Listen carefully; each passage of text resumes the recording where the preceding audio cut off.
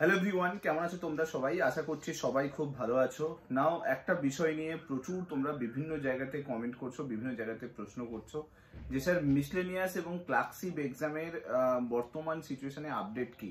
মানে এক্সামটা কি, মিসলেনিয়াসের এক্সাম যেটা মে মাসে হওয়ার কথা আছে এবং ক্লার্কশিপ এক্সাম যেটা জুন মাসে হওয়ার কথা আছে, সেটাতে কি নতুন কোনো পরিবর্তন আসছে? কারণ কি এখনো পর্যন্ত কোনো রেজাল্ট পাবলিশ হয়নি, কোনো নোটিফিকেশন আসেনি। সো এটার পরবর্তীকালে কি আপডেট আসছে, এক্সাম কি টাইমের মধ্যে হচ্ছে না পেছোচ্ছে, তো সমস্ত কিছু ডিটেলস তোমাদের সঙ্গে শেয়ার করব যে এক্সাম পেছোতে পারে কিনা, সম্ভাবনা কি আছে, সমস্ত কিছু অ্যানালাইসিস এই ভিডিওটার মধ্যে থাকবে। ভিডিওটা ভালো লাগলে লাইক করে দিও, চ্যানেলটাতে নতুন হয়ে থাকলে সাবস্ক্রাইব করে নিও, আর মাস্ট এরকম আপডেট পাওয়ার জন্য এই চ্যানেলটার সঙ্গে জুড়ে থাকতে ভুলো না। দেখো, প্রথমেই আমি তোমাদেরকে বলি যে কিছুদিন আগে আমি একটা ভিডিও বানিয়েছিলাম যেখানে আমি তোমাদেরকে বলেছিলাম যে শ্রদ্ধেয় স্যার, মানে যিনি এক্স পিএসসি অফিসার ছিলেন, নীলাদ্রি স্যার, শ্রদ্ধেয় নীলাদ্রি স্যার, তিনি জানিয়েছিলেন যে এপ্রিল মাসের প্রথম সপ্তাহ এলে বোঝা যাবে যে পিএসসি এই এক্সাম দুটো মানে মিসলেনিয়াস এবং ক্লার্কশিপ এক্সাম কন্ডাক্ট করতে পারবে কিনা। কারণ যেটা তিনি জানিয়েছিলেন যে এক্সাম কন্ডাক্ট করার ক্ষেত্রে প্রথমে যেটা ইম্পর্টেন্ট জিনিস সেটা হচ্ছে পিএসসি রেজাল্ট রিলিজ করা। আমরা জানি যে সদ্য কিছুদিন আগে পিএসসি আনসার কি রিলিজ করেছে, এখনো পর্যন্ত রেজাল্ট কোনো পাবলিশ করেনি।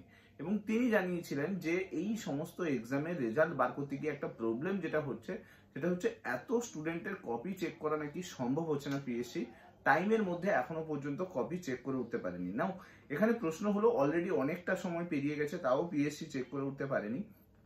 যাই হোক, এটা একটা প্রশ্নের বিষয় রয়েছে যে কেন এত সময় পেরিয়ে যাওয়ার পরেও চেক করে উঠতে পারেনি। যাই হোক, তিনি জানিয়েছিলেন যে এখনো পর্যন্ত কপি চেক করে ওঠা সম্ভব হয়নি, তাই জন্য হতে পারে এই এক্সাম পেছোতে পারে। নাও এটা এপ্রিল মাসের প্রথম সপ্তাহে এলে বোঝা যাবে, তিনি বলেছিলেন। নাও আমি যদি দেখি যে আজকে এপ্রিল মাসের অলরেডি 7 তারিখ চলছে, তো তার মানে এক সপ্তাহ এপ্রিল মাসে পেরিয়ে গেছে, এখনো পর্যন্ত পিএসসির তরফ থেকে রেজাল্ট পাবলিশ করেনি। আর এখন থেকে যদি আমরা এক্সামটাকে দেখি, প্রায় 1 মাস কাছাকাছি কিন্তু সময় আছে। 1 মাসের একটু বেশি দিন হবে, 1 মাস 8 দিন সামথিং সময় আছে। তো যদি আজকে রেজাল্ট না পাবলিশ করে, তার মানে আমরা যদি ধরে চলি যে 1 মাস 8 দিন মতো সময় থাকবে পিএসসির কাছে, যদি রেজাল্ট বের করানোর পরে যদি কালকে গিয়ে রেজাল্ট পাবলিশ করে সেক্ষেত্রে। তো এবার ব্যাপারটা হচ্ছে যে 1 মাসের মধ্যে রেজাল্ট পাবলিশ করা, দেন নতুন করে হচ্ছে বিভিন্ন সেন্টারকে চুজ করা, দেন সেই সেন্টারে এক্সামকে কন্ডাক্ট করানো, মেন্সের ডেট দেওয়া, মেন্সের অ্যাডমিট কার্ড রিলিজ করা, এগুলো করতে অনেকটা সময় লাগে। এগুলো টাইম টেকিং এর বিষয়, কারণ এত স্টুডেন্ট এক্সাম দেবে। কারণ মিসলেনিয়াসে মানে যেটা এক্সপেক্টেড ভ্যাকেন্সি দেখছি সেটা হচ্ছে 700-র কাছাকাছি। তার মানে 10 গুণ ক্যান্ডিডেটকে ডাকবে, তার মানে 70,000 ক্যান্ডিডেট মেন্সের জন্য বসবে। তো 70,000 ক্যান্ডিডেটের অ্যাডমিট কার্ড রিলিজ করা, 70,000 ক্যান্ডিডেটের অ্যাডমিট কার্ড অনুযায়ী সেখানে কোন কোন জায়গাতে এক্সাম কন্ডাক্ট করা হবে সেটাকে চুজ করা, সেগুলো মাত্র 1 মাস 8 দিনে সম্ভব হবে বলে আমার তো মনে হয় না।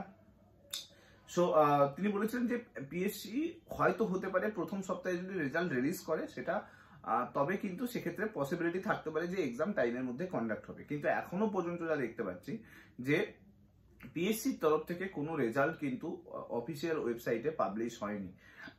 এবং অফিসিয়াল ওয়েবসাইটে একটা জিনিস দেখলাম যে যেগুলো ডিপার্টমেন্টাল এক্সাম আছে সেই এক্সামগুলো এখন কিন্তু কন্ডাক্ট হচ্ছে।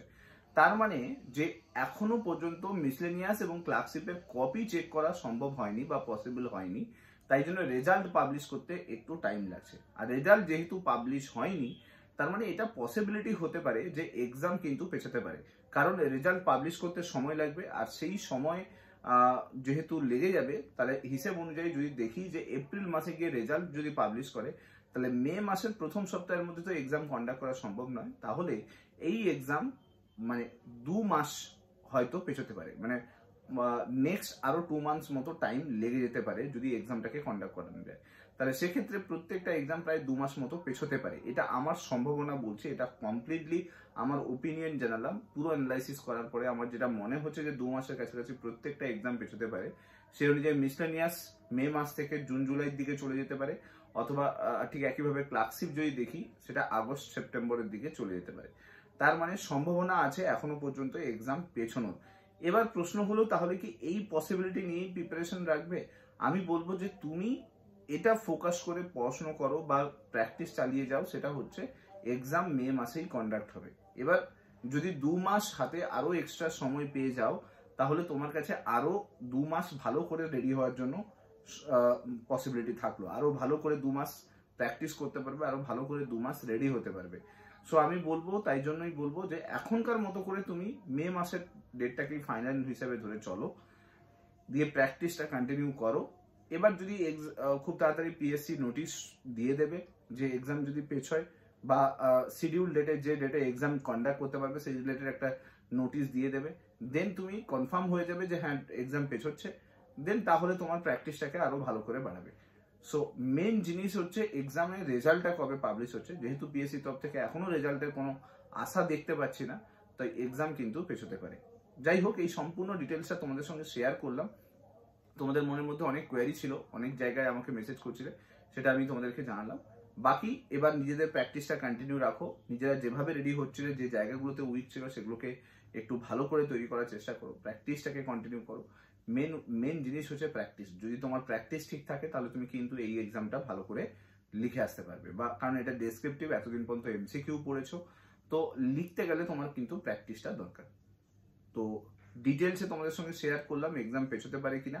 এবার পুরোটা সম্ভাবনার বিষয়, এখন দেখার বিষয় যে পিএসসি কি স্টেপ নেয়। একটা নোটিশ এলে বুঝতে পারবো। তোমাদের ওপিনিয়ন কমেন্টে জানিও। ডিটেলসে তোমাদের সঙ্গে এই ভিডিওটা শেয়ার করলাম। ভিডিওটা ভালো লাগলে লাইক করে দিও। চ্যানেলটা নতুন হয়ে থাকলে কিন্তু মাস্ট চ্যানেলটার সঙ্গে জুড়ে থাকতে ভুলো না। নতুন নতুন আপডেট এলে আমি সেগুলোকে দিতে থাকবো। আর মাস্ট ভিডিওটাকে শেয়ার করে দিও সমস্ত বন্ধুদের সঙ্গে, যাতে সবাই কানেক্ট হয়ে যায়। Thank you so much. Next video তোমার সঙ্গে আবার দেখা হচ্ছে। Till then, bye by.